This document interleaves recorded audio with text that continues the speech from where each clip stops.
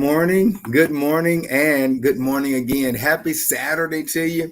Oh my goodness, what a wonderful Saturday it is to be alive. We thank and praise Almighty God for another opportunity to come and share with you. Want to say welcome to all of you who are joining us by way of Facebook Live. We certainly greet you today in Jesus' joy.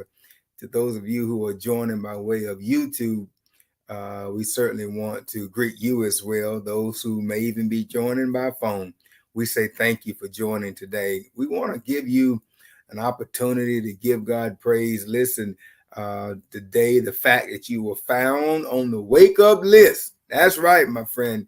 The fact that you were found on the list of those to be woke up this morning. What a mighty God we serve. I'm excited. Because the reality is somebody had plans for the day. Who am I talking to on a Saturday? But it was not the Lord's will. And so the fact that he's given us another day is another opportunity. I want to welcome you once again. And then I want to share with you, we've got a wonderful session for you today. And I want to share with you how you can help somebody else to tune in with us. It's very simple.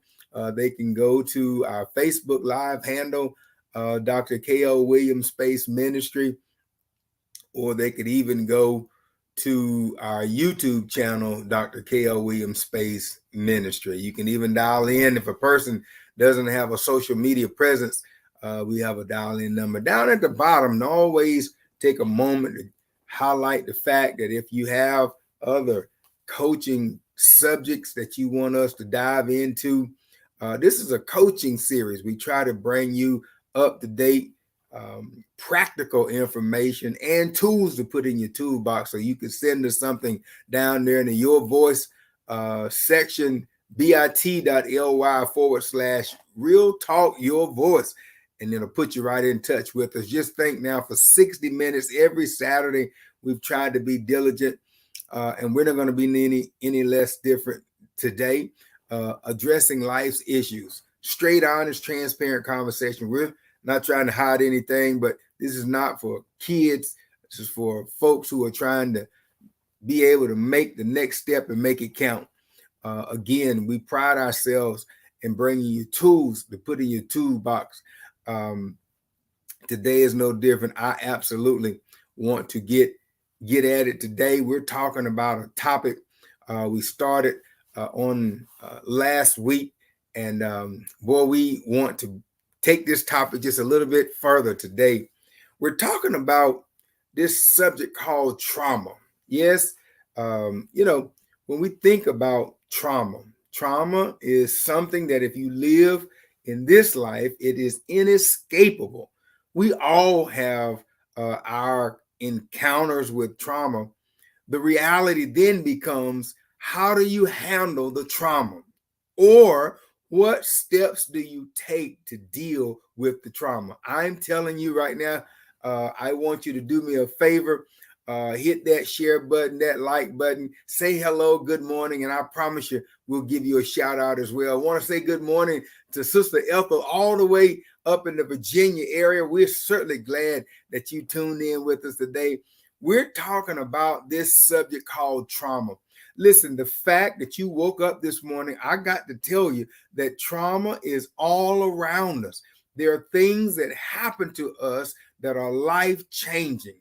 And I came today to talk, Reverend Tally Brame, God bless you, all the way in the Warrenton area today. My cousin, Renika, thank you for joining all the way down in the Jacksonville, Swansboro area. Listen, I want to go right to the topic today because there are so many people who are dealing with trauma in the church. Who am I talking to today? You're doing the best that you can, and then you end up with trauma, these life-changing events, listen, that you didn't even sign up for. Listen, trauma on the job. Who is it that I'm speaking to on today? The truth of the matter is that if you open your eyes today, that there is trauma all around us, trauma in our families. Listen, I want to talk to somebody today.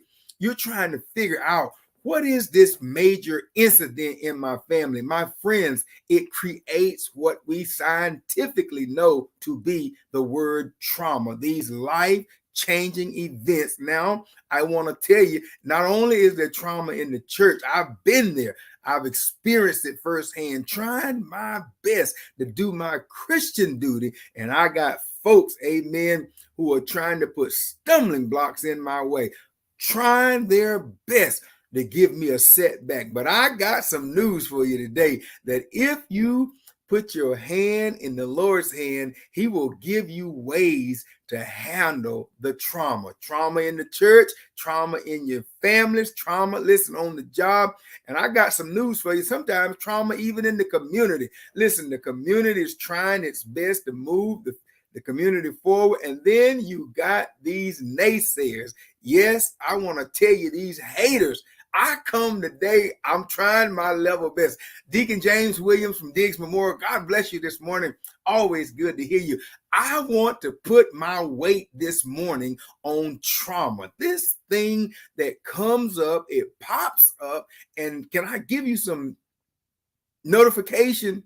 It's usually at the most unwelcome times. Am I talking good to anybody today? The fact that you're trying your level best to do your duty, and out of nowhere encounters this thing called trauma. Good morning, Dr. Carol Montague Davis, Winston-Salem, North Carolina. Glad to see you. We have, listen today, 8 tips on how to handle trauma, because what we find is you can't stop the trauma from coming.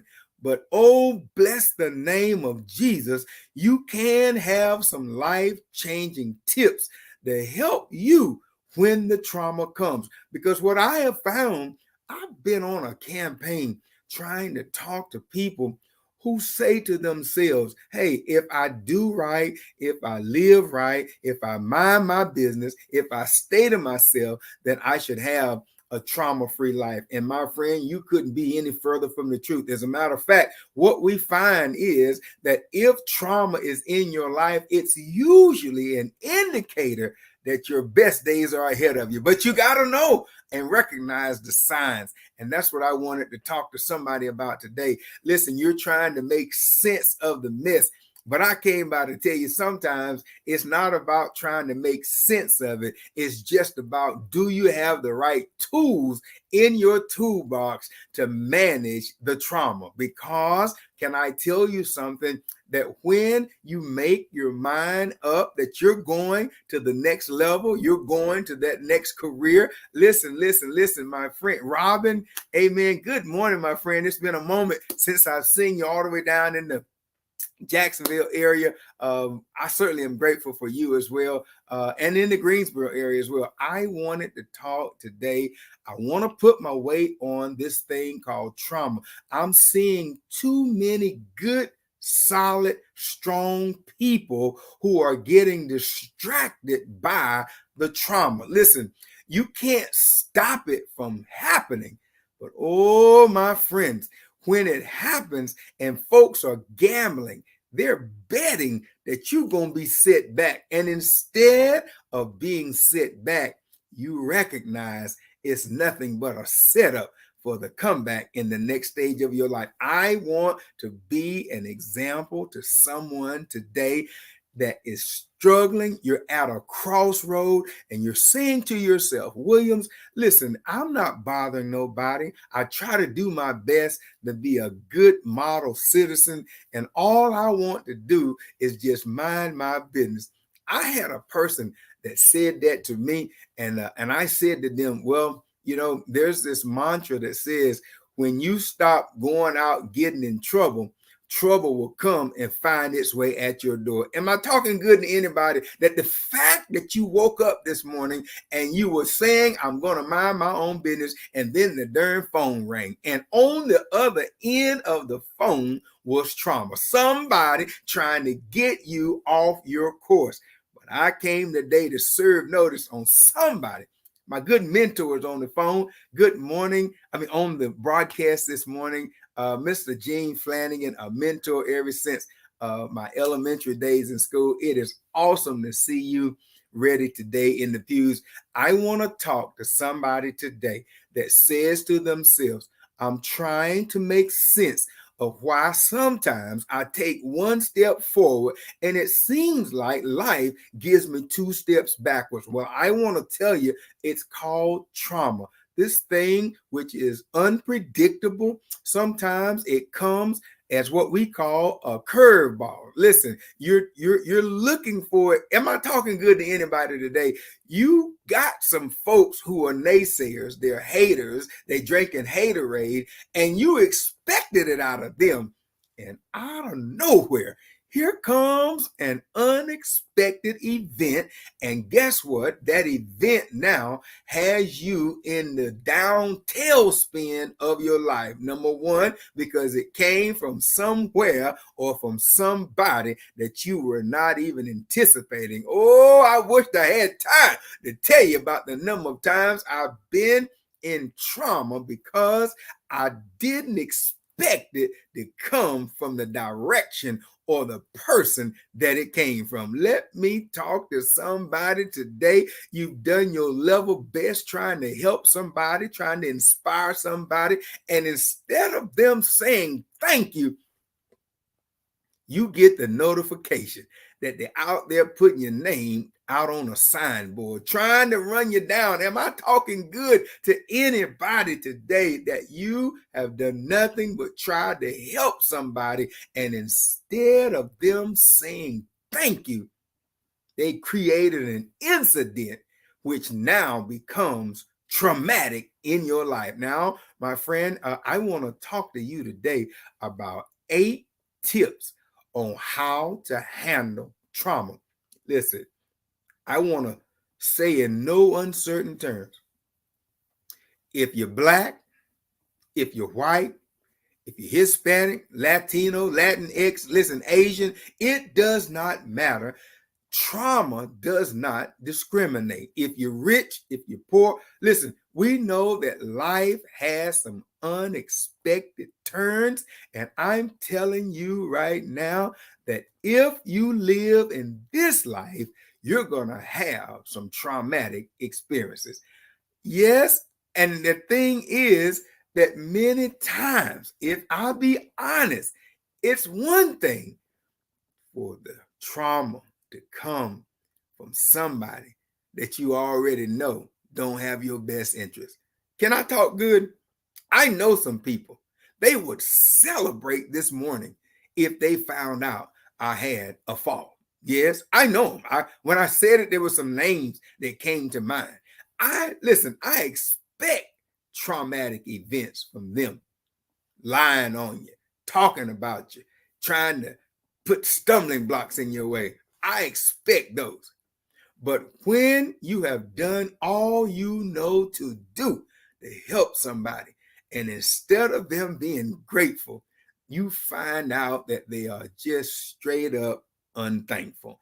And not only are they unthankful, they're now trying to use their energies to set you back. Let's get at it today. I hope you're able to take some notes today, because we're here trying to give you some tools to put in your toolbox. Now, we talked last week. This is part 2. You can always go back to the YouTube channel and review sessions 1. But last week, we tried to give you some signs to look after when you talk about traumatic experiences. I want you to know they are uncertain at times. And sometimes, if you're not careful, they even cause you to even question your own stability. These signs, they are triggers today, and that's what I wanted to talk about. Listen to this. These things, something as simple as a traffic accident, these traumatic experiences, or a plane crash, or somebody was in a violent crime. I just want you to understand that there are so many different types of traumatic experiences. There's a terror attack, or what we're living in still now, there's global pandemic, which many are arguing we're on the post-pandemic, but that's still debatable. The reality is we've lived through this pandemic, and the pandemic, when you say the word, creates trauma for some. There's natural disasters like these hurricanes or earthquakes.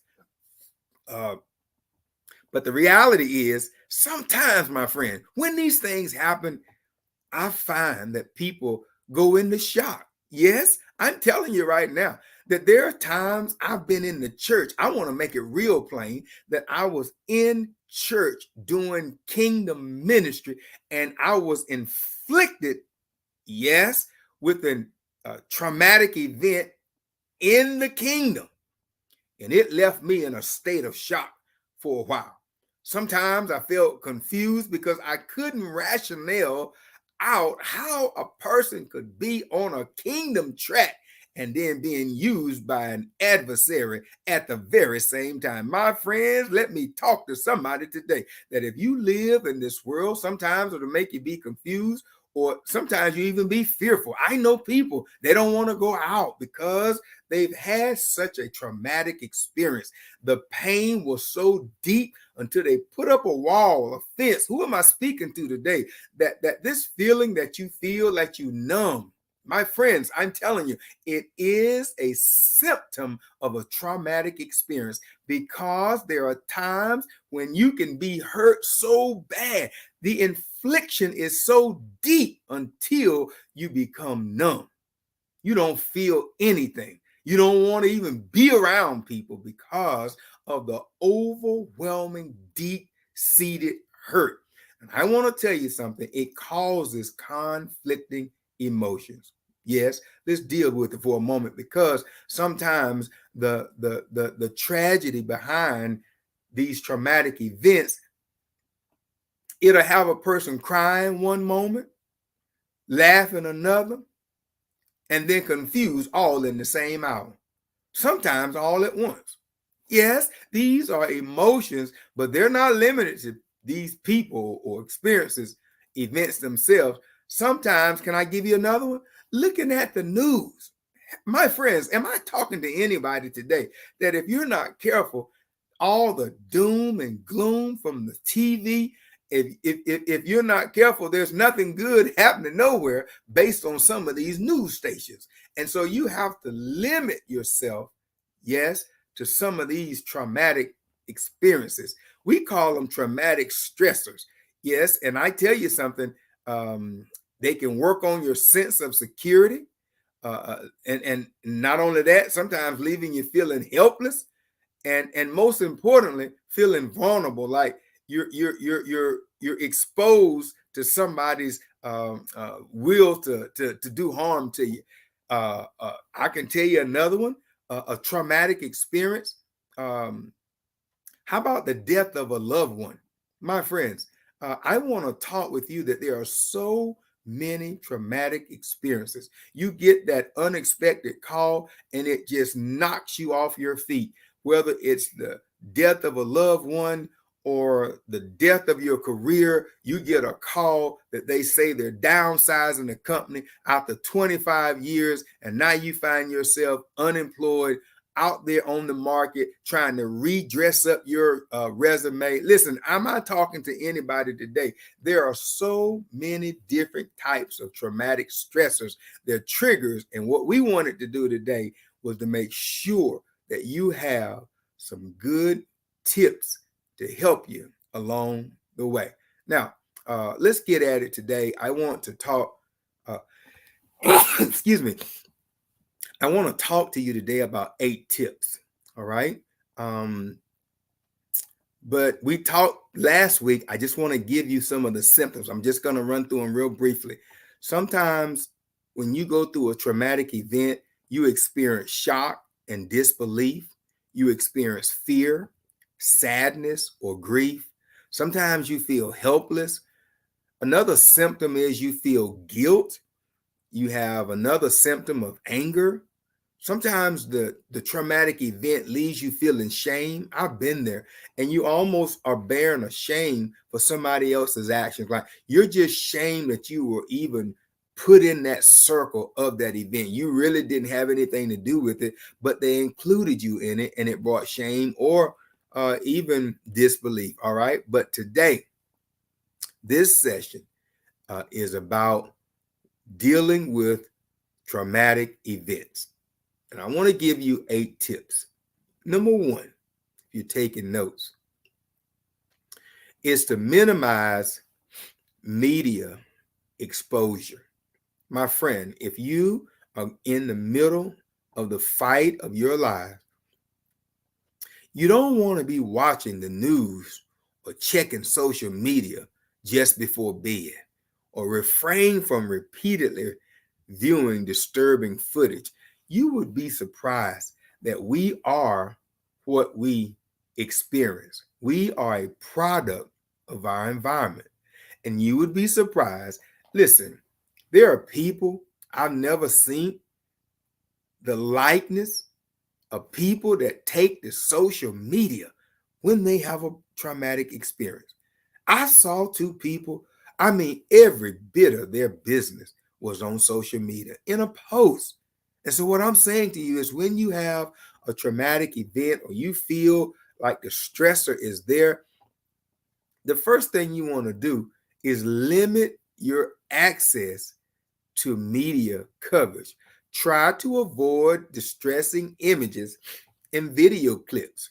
If you want to stay up to date on events, read newspapers or reports rather than watching television and viewing video clips of events. Because sometimes, my friend, can I tell you something? Some of that foolishness that's on these media clips is not all the way true. And sometimes with video enhancements and things, you would be surprised at the number of things that are not wholly true on some of these media outlets. So I'm just going to ask you, if coverage makes you feel overwhelmed, take a complete break from the news. That's right. Give yourself a break. Avoid TV and online news and stop checking social media for a couple of days until your traumatic stress symptoms ease up and you're able to move on. Number 1, first thing is minimize media exposure. I know people that they are social media addicts. Every other minute they posting something or either up there reading something. My friends, at some point you have to limit yourself to some of that stuff on social media because it's not all the way accurate. Number 2, when you're dealing with stressors and traumatic events, accept your feelings. I cannot tell you the number of people who are walking around in denial. Traumatic stressors can cause you to experience all kinds of difficult and surprising emotions, including shock, anger, and guilt, as we said before. These emotions are normal reactions to the loss of safety and security. Did you hear what I said? Quit trying to act like you're not human. God gave us emotions for a reason. They are expressors and relievers to help us keep in check and in touch with our inner selves, as well as life that comes in the wake of a disaster. Accept these feelings and allow yourself to feel what you feel. It is necessary for the healing, because so many people, they can't even begin the healing process because they won't even acknowledge that they're in the middle of a traumatic event. Dealing with painful emotions, listen, give yourself time to heal and to mourn any losses you've experienced. Whether it's a job, listen, take time and acknowledge that it hurt. Take time and acknowledge that you feel that you were not wholly treated right because you gave all this time to a job, gave all this time to a relationship, gave all this time to a church family. Listen, and now all of a sudden you have a traumatic event. I talked to a young lady that said she joined the church. Listen to this. She joined the church because she was in the middle of an abusive relationship. The husband was abusing her. And she joined this church. They began to mentor and mentor her and try to corral around her. But the abuse became so overwhelming that she utterly opted out of the abuse and filed for divorce. Do you know the same people put her on a signboard and started ridiculing her and saying all kinds of awful things to this young lady, and who was, by the way, a single mother.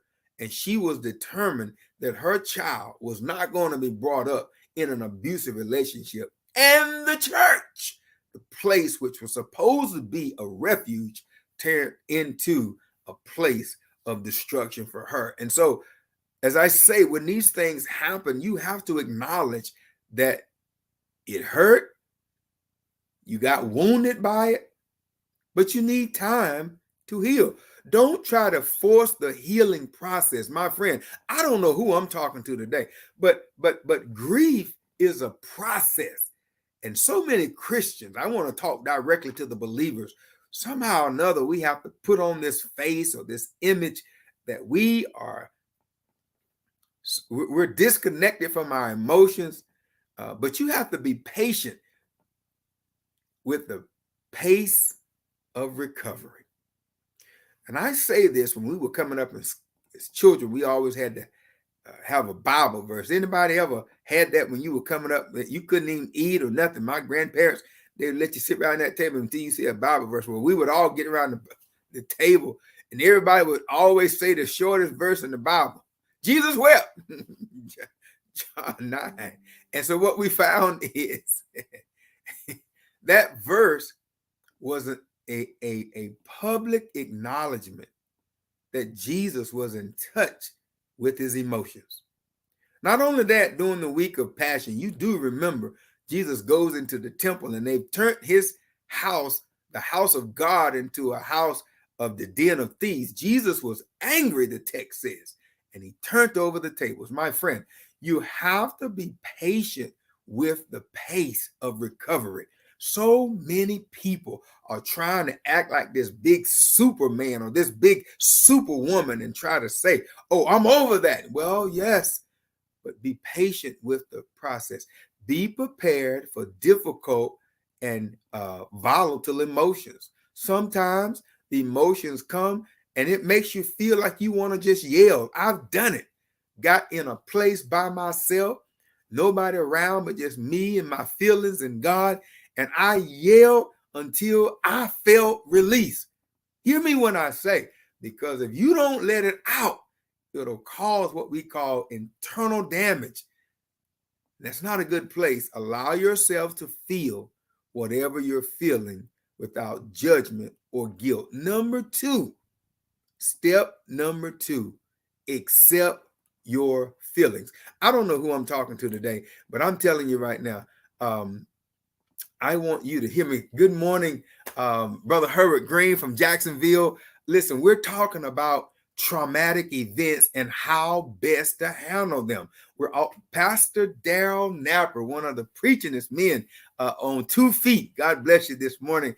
I am so happy today to help my God brother Joseph Nance. Good morning, all the way in Winston-Salem today. I want you to hear me say, Mr. Flanagan, society is just now getting men permission to be vulnerable and express their feelings. Listen, and I say to men, listen, there is no harm in expressing yourself, because the flip side of not doing it is causing internal damage to yourself. And I don't know who told us that because you're a believer that you're not supposed to cry. You're not supposed to have these emotions that God gave them to us. Can you hear me when I talk to somebody today, preacher, teacher, deacon, mother, missionary? I come to tell you that God gave us emotions. And sometimes in the church, we're the most guilty parties because we know internally that we have some emotions that we are not dealing with. And guess what? If we don't deal with them, I always say this. Hear me when I say these words. If you don't manage your emotions will manage you. And what will happen, I've seen it time and time again, that people do stupid things at the most inopportune time because they don't know how to manage their emotions. There's no harm. I want to talk to somebody today. Listen, there's no harm in being angry. I've gotten angry in church. I've gotten angry at church folks. Yes, I have. I don't know who I'm talking to today because the Bible is clear. He says anger, but sin not. There is no harm in being in touch with your emotions. And I want to tell somebody today that if you don't be in touch with your emotions will have you doing things that will cause you to have some remorse. We call it buyer's remorse. And so today, if you're having a traumatic event, if you have a deep-seated hurt, if you have something that you can't quite seem to get off your mind, I want to tell you, first of all, you got to limit yourself to this media because there's so many negative things out there. And then number two, you have to learn to accept your feelings. That's exactly right. I could take a whole day on just accepting your feelings, dealing with painful emotions. I want to leave that section by saying, be patient with the pace of recovery. And then tip number 3 is challenge your sense of helplessness. You know, sometimes I have found myself, the traumatic event was so overwhelming. I almost felt like I was helpless. Overcoming traumatic stress is often about taking action. You have to have positive actions, not negative. These can help overcome feelings of fear and helplessness and hopelessness, and even some small actions can make a big difference. So sometimes what I say to people, challenge your sense of helplessness. If you're in the middle of a traumatic event and you feel like you're just helpless, like this thing is overshadowing my thinking, it's overshadowing my ability to really get some get up and spunk about myself. Can I give you some tips? Number 1, volunteer your time. Go to a blood bank or donate to a favorite charity. Or I say, go to a school and make sure it's a Title I school. That's a school that's really poverty stricken and low socioeconomical status. Listen, my friends, do you know what it would do to a young, marginalized, underrepresented child to see someone come and volunteer to be a reading buddy to them? What I'm telling you is, when the traumatic event happens in your life, take charge of it. You ought to challenge that helplessness and go and volunteer somewhere. Go down to a soup kitchen. Do you know how many people that are homeless? I know I'm talking good today. And the reality is, it would mean everything for them to come through that line and see somebody like you and just offer them a small word of affirmation. God bless you this morning. Have a great day. God is on your side. My friend, what you have to do is don't give in to the helplessness. It is a sign of a traumatic stressor. But if you go and get involved, go call someone else who's going through. Can I tell you, I've done that. I've been going through myself, and I'll sit down for a moment and I'll think about someone who's going through something. And I'll send them a text and say, I just had you on my mind. I just wanted you to know. And I'll give them an excerpt of an affirmation of some kind. My friend, what I'm telling you is, you're taking charge and challenging your sense of helplessness. It sounds like too much of a commitment. Remember that simply being helpful and friendly to others can deliver stress-reducing pleasure. And that's the key word, pleasure. Do you not know that the science says that when you do things that makes you feel pleasurable, that you release pleasure, helpful enzymes? Oh yes, my friend, that's what you have to do. is you have to figure out what can you do to someone else to reduce your stress and cause a feeling of pleasure. Challenge your sense of helplessness. Help a neighbor carry in the groceries. Hold a door open for a stranger. Share a smile with the people you meet during the day. My friends, I'm telling you right now, love isn't love until you give it away. And that's why I'm saying that we all have stress, we all have trauma, but we can't control the trauma, but we can control our response to the trauma. And watch this. Sometimes the very people that inflicted the trauma, it blows their mind. How in the world can you continue to be so positive? How in the world can you continue to be good and sow good deeds, even though they know that they have done everything in their power to bring you down? I tell you, it's hard to keep a good person down, and you cannot defeat a happy person. The word of God says happiness and laughter is medicine to the soul. Let me tell you, my friend, number 3 is you have to take charge of your sense of helplessness. Listen, connect with others affected by traumatic events. Can I tell you something? I'm in the field of Alzheimer's and dementia and memory loss, and sometimes one of the best responses to a traumatic event is to be, watch this, create a support group. Do you know what it would be if somebody in the community found out that you were the cancer survivor in your community and you created a cancer survivor support group? My God, from on high. Listen, maybe you're the person that had gotten laid off of a job and you had to start a new career. Create a support group. You'd be surprised at the number of people who have some life challenges, but we would have never known if we hadn't took charge of our helpless situation and feelings. Now, I want to tell you, number 1, I keep working through them. Number 1 is simple. Limit yourself to media exposure. Number 2, accept your feelings. Number 3, we just talked about challenge your sense of helplessness.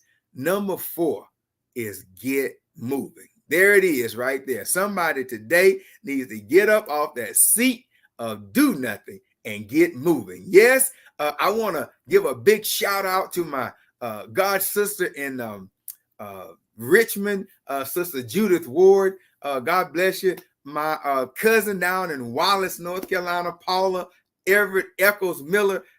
Give my auntie a big hug. My classmate, Bay Williams, absolutely from the Winston-Salem area. My homie, Terrence Hall from down in Jacksonville. I'm telling you today, we're on a campaign to talk about what you can do when you get a traumatic experience. You cannot stop it. You can't avoid it. But what we can do is have some tips on how to handle it. Number 4 is get involved. I don't know today who it is, but you needed to hear this, that you had a traumatic event experience.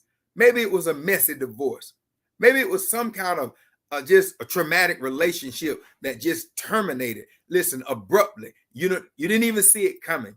But what I want to tell you is tip number 4 is you have to get moving.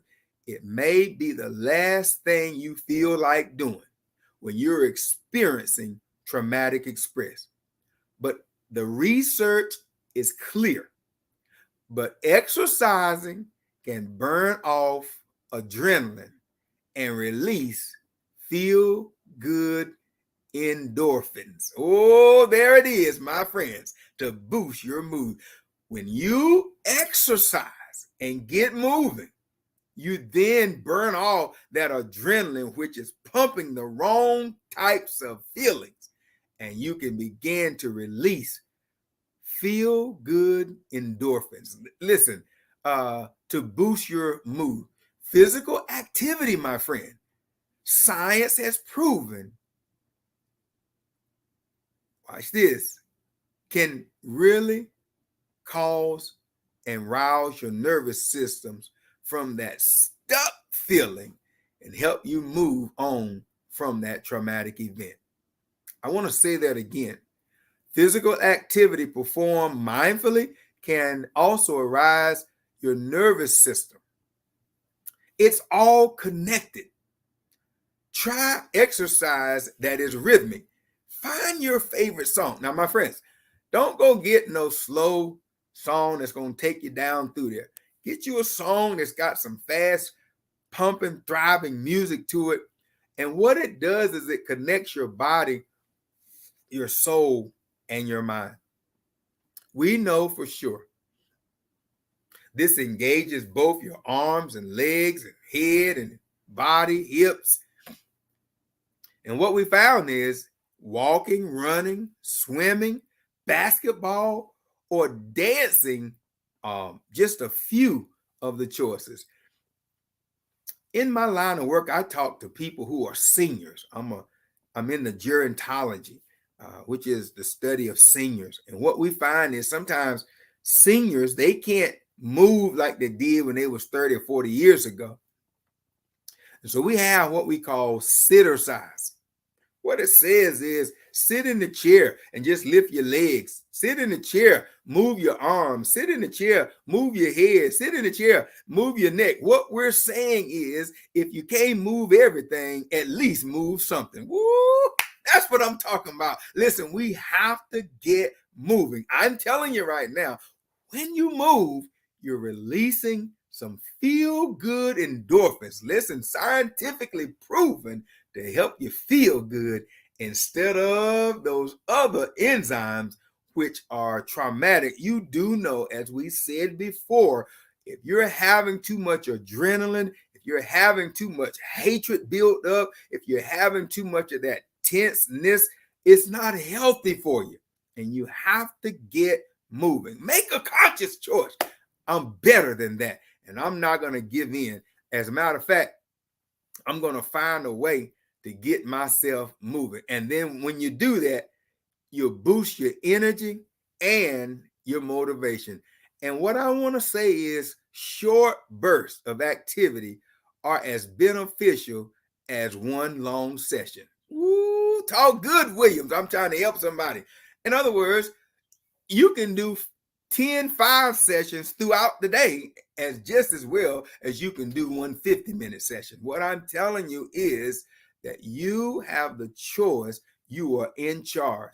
But what you have to do is make a conscious choice that I will not sit here. I will not give in to this helplessness. Yes, the event happened. Yes, you got the divorce. Yes, you had a bad breakup. Yes, they laid you off the job. Yes, they hurt you in the church. Yes, the family member turned their back on you. But you have to take charge, my friend, because if you take charge, you will begin to see that moving is one of the best therapeutic things that you can do. I want to say one more thing about get moving. Even in the arena of Alzheimer's, do you know that the research now says that sitting in a chair is the new smoking? You know, 20 or 30 years ago, they said smoking was like a death sentence. Well, what the research now is saying, the National Alzheimer's Association and others have concluded that this sedimentary mindset, you know, when we was in school, Mr. Flanagan taught us about sedimentary rocks. This notion that a rock will sit there and the longer it sits there, the harder and harder and harder it becomes. The same is true for us in our bodies. We have to get moving, my friend. Listen, sitting on the sofa and becoming a couch potato with that remote in your hand and in pajamas on, listen, is a death sentence. You got to get moving, even if it's short bursts. And oh, by the way, usually when I do this part in my sermons, I tell people, listen, God helps those who help themselves. There's a lady trying to find a new man, even though she's been in a bad relationship. The relationship is ended, it's over, and then now you sitting on the sofa with the remote, with the pajamas in your own, and you trying to say, I want a new man. Well, listen, honey, get off the sofa, put that remote down, put your nice rags on, go out to the mall, walk, and believe me, when you expose yourself, you can have an opportunity for someone to find you and yourself. Listen, my friends, I have to move, but not before I say one more time.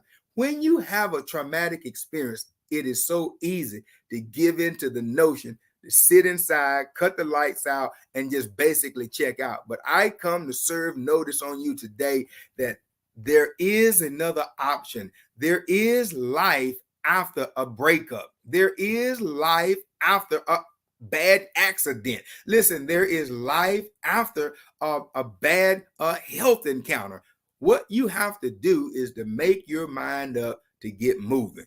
Number 5 is to reach out to others. I'm trying to get these in before my time run out this morning, but I want to tell you I'm on assignment because I've seen too many good people get hit from the blind side by some traumatic event. You didn't see it coming. You didn't sign up for it. You didn't even feel like you deserved it, but it happened. It's here and you're here now, and you need some what we call some tips to help you get out of that slump and get back to life. Life is worth living. I want to tell you something. One of my favorite hymns is "Because He Lives, I Can Face Tomorrow." Number 5 is reach out to others. You may be tempted to withdraw from friends and social activities following some traumatic event. I know many of my friends who have gone through some very heartbreaking events, and then you look around and nobody's seen them. Nobody's heard from them. They literally just check out, like the world just stops. But connecting face to face with other people is a vital necessity for recovery. Can I say that again? Your ability to interact with other people is vital to your recovery. The simple act of talking face to face with another human can trigger hormones that relieve traumatic stress. My friends, everybody needs somebody. And I want to tell you right now, you don't have to talk about your traumatic experience. And I say this to my ministers, and I want to help somebody today. I was just recently sharing this just this week with a group of deacons that when you go, for example, to someone who's just experienced a traumatic event, maybe they've lost a very close loved one, and somehow or another, you're trying to figure out, you want to help them. You know that they're in that struggle with their emotions right now, and you're trying to say, well, I need to go there and I need to have this long list of things, and I want to help somebody today. Sometimes when people are in their traumatic experiences, they just need to know that they're not in it by themselves. And the very fact that you come, I have gone, did pastoral visits with people who've lost loved ones, and I didn't say hardly anything. All I said to them was, I came here to let you know you're not in this by yourself. My friend, it is a life-changing affirmation, because when the event comes, humanly, we want to check out. We want to just disassociate. But I'm telling you, we are humans and we're built for human interaction and touch. We are tangible people. And so reaching out to others, you don't have to go there and say, child, tell me all about it. If the person wants to talk about it, fine. Some people, therapy is that they talk about it. Some people, therapy is they just figure out how to get through it. They don't necessarily want to talk about it. And you, as the person who's coming there for support, you have to let the person guide the emotion. Don't go there with no long list of scriptures trying to tell them all these things, because can I tell you something? Typically, most people have had enough in their past to connect spiritually with whatever's going on. The challenge is the event is there and they need somebody to be by them sides. I want you to maybe write this down. I try to live by this. It's one thing to have somebody on your side, but it's an even better thing to have them by your side. My friend, I'm telling you right now, You don't have to go there. You don't have to give them no long speech. Sometimes just your presence alone is enough to say you're not in this by yourself. And comfort comes from feeling connected and involved with other people. Talk about and do normal things with friends and loved ones. Find something positive to talk about, maybe even something funny, something reassuring. These things that have nothing to do with the triggered event can reduce the stress. Expand your social network. I was recently in a community event, and I was telling every person, uh, in order for this event to be successful, everybody needs to go out and engage 5 people in their network. This young lady, she's 32, and she said, I don't know 5 people. And I thought, you mean you lived in this world 32 years and you don't know 5 people? My friends, we have to learn to expand our social network. Get out of that house. Cut those lights on. Put some clothes on and go out into the community. Go to the park. You'd be surprised how many people out there walking for their help. And then I've been out there walking, and somebody passed me 2 or 3 times. Next thing I know, we are walking buddies because we're all out there doing the same thing. Well, I talked to a young lady. Somebody gonna be shocked by this one. Get moving. I told her to go to the supermarket. You'd be surprised at the number of brothers that know how to cook. She said, Williams, it worked. I went over to the fruit section, and there was a man trying to size up the kind of cabbage for his dinner. And I picked one up and said, next thing you know, we were talking about cabbage, my friend. I'm trying to help somebody that you can't stay in that house. You have to learn to get out and make new friends and create new hobbies. Take advantage of support groups or church gatherings. Look in the community section of the paper and find things to make new friends.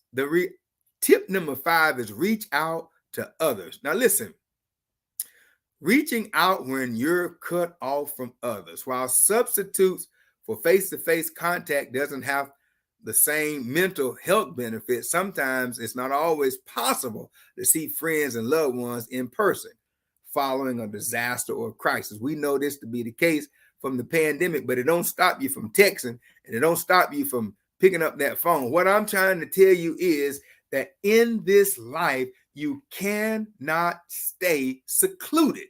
You must get out and engage your network. My cousin, Carlotta Marble, God bless you today. It's always glad to see you. My friend, brother Jerry Bonds, all the way in Warrenton, North Carolina.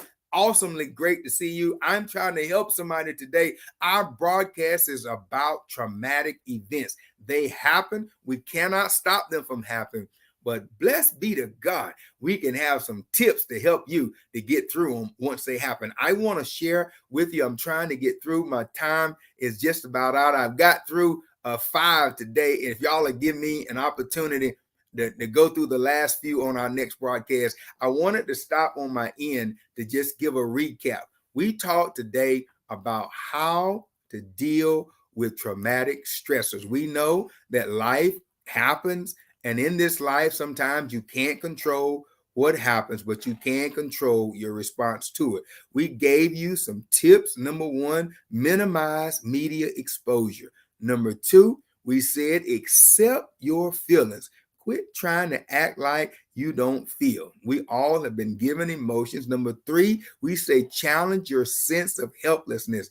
Get up from there. Go volunteer somewhere. Go help somebody else and release those positive enzymes that will help you even get through that. We said number 4 was get moving. Don't sit still. Don't allow yourself to become hard. Even your heart becomes hard, but get out of there and get moving. And then finally, number 5 today, we said reach out to others. Expand your social network. Find someone that you can give love away to. You would be surprised that I love to travel. Can I tell you? Sometimes when I have traumatic experiences, I will travel. Yes, I will. As a matter of fact, this is a good place for me to close today to talk about what I call self-care. Can I tell you that just recently I was so overwhelmed until I took a 10-day sabbatical. Absolutely. I said to the church for 10 days, listen, I'm going to be unavailable. I took 10 days off from work. I'm unavailable. And then I even said to my family, I'm going to be off on a sabbatical. When I came back from those 10 days, my life had renewed energy, renewed outlook. And then guess what? I even met a few new friends along the way. I closed the day by telling you life is going to happen. You cannot stop it, but you can have some life-changing tips that help you along the way. Now, I feel good. They told me, you look like you've been revived. I said, revive, refresh, and revitalize. Can I help somebody on a Saturday morning? You need to figure out how you can have the maximum positive output when life happens. This is what I have for you today. My time is just about out, but I did not want to close this session without letting you understand that life happens. And can I tell you something? If you don't manage the emotions, it will cause you to do stupid stuff, that stuff that you would not have done if you were revived, if you were refreshed, if you were renewed, because you would be at the top of your mental game. Today, somebody needs to take a slight sabbatical and ask God to help you to revive, retool, and regenerate. I promise you that when you come off your sabbatical, you'll be able to run through troops and leap over walls, because God will renew you. They that wait on God, he says, he'll renew their strength. They'll mount up with wings of an eagle. I want to help somebody. I feel good on a Saturday because I'm smart enough to understand that this life, you have to have some tools to help you. Can I pray with you today? I want to say once again, God loves you. Listen, he has a great plan for you. And the best part of all is that your setbacks are nothing but a setup for the next stage in your life. God, we thank you now. Once again, Father, bless everybody under the sound of my voice. I pray, Lord, that as we leave this space, you would even give us the tools that are necessary to have a very productive and inspirational walk with you. Remind us that what we're going through is only to make us better and not bitter. It is in Jesus' name we pray. Amen. Listen, until next time, I want you to join back in. I got about 3 more tips I want to give you, but I want you to meet me on next Saturday for 60 minutes as we talk about how to deal with trauma. 8 tips to put you on the path to success. And watch this as I close today. David, come on up. He wants to testify in Psalms 23 that the ones who set the traps for you, God will make them sit at the table while he prepares a table before you. My friends, in my preaching career, I've come to understand that text to be that God won't kill the naysayers. God won't kill the haters. He'll bring them to the table and make them watch God's favor be all over you. And ain't a thing they can do about it. The Lord bless you today. The Lord keep you. The Lord make his face to shine upon you until we meet again. God bless you.